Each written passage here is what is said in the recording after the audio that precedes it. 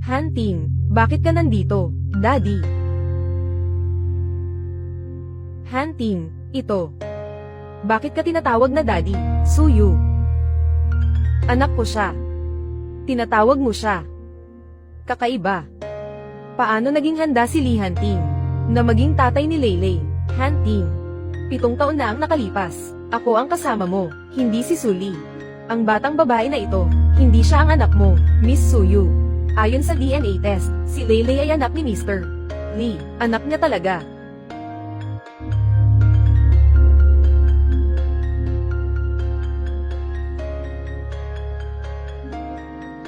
Mami, sabi ko na nga ba siya ang daddy ko? Narito ang abo ng iyong ina. Kunin mo na. Hindi ba ito labag sa mga patakaran, Ginoong Lee? Ang nanay niya naman talaga ay, dapat nasa pamilya namin, so, tama nga naman. Ay. Hindi ito pwedeng dalhin.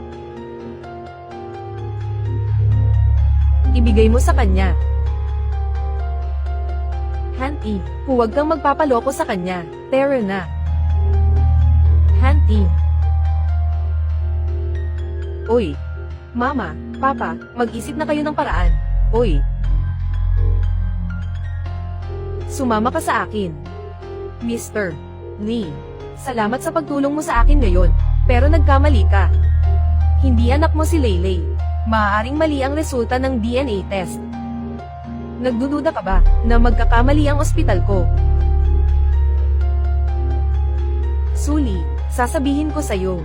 Si Leyley lang ang nag-iisa kong anak. Kinuha mo ang nag-iisa kong anak na babae, Daddy. Sa mga nakaraang taon, hindi naging maganda ang buhay ni Mommy, para maitaguyod kami ni Leyley.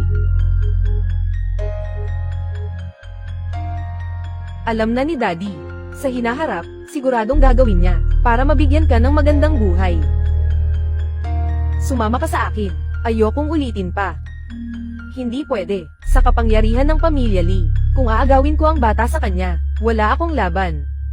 Kung ganun, kailangan nating isakripisyo si Leyley muna. Hintayin ang tamang pagkakataon. Agad na aalis ng bansa, at hindi na babalik kailanman. Daddy, Mommy, pwede niyo ba akong halikan? Hindi kailanman naisip ni Leyley. Ang saya-saya ng araw na ito. Si Leyley ay may daddy, at may mommy rin. Siyempre naman. Leyley. Mommy, nagkamali ako. Pupunta ba si Boss Lee sa bahay nila? O babalik sa opisina? Saan ang bahay mo? Gusto mo bang ihatid kita? Unit 2, Garden Road, sandali. 4 ang mga bata sa bahay. Siguro. Nadala na sa paaralan, di ba? Diyos nawa. Nabunyag na si Leyley.